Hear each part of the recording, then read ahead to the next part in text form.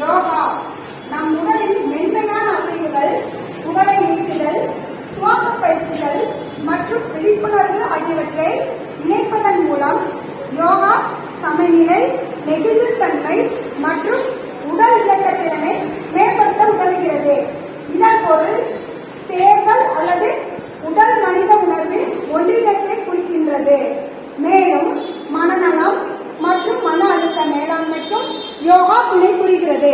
யோகா தின வரைவு தீர்மானம். சர்வதேச யோகா தினத்தை நிறுவும் வரைவு தீர்மானம் இந்தியாவால் முன்மொழியப்பட்டு சாதனை அளவாக 175 உறுப்பு நாடுகளால் அங்கீகரிக்கப்பட்டது.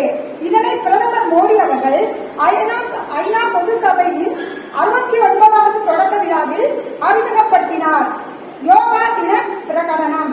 உலகளாவிய யோகாவின் ஈர்ப்பை அங்கீகரித்து 2014 டிசம்பர் 11 அன்று ஐக்கிய நாடுகள் சபை தீர்மானம் 69/131 மூலம் ஜூன் 21 சர்வதேச யோகா தினமாக பிரகடனம் செய்தது.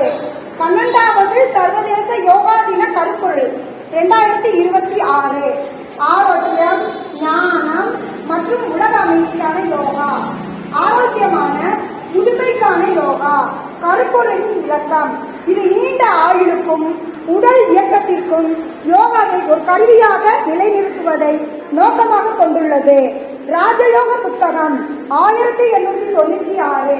சுவாமி விவேகானந்தர் பதஞ்சலியின் யோக சூத்திரங்களுக்கு தன் ஆங்கில விளக்க உரையாக ராஜயோகம் என்ற நூலை வெளியிட்டார். Thank you.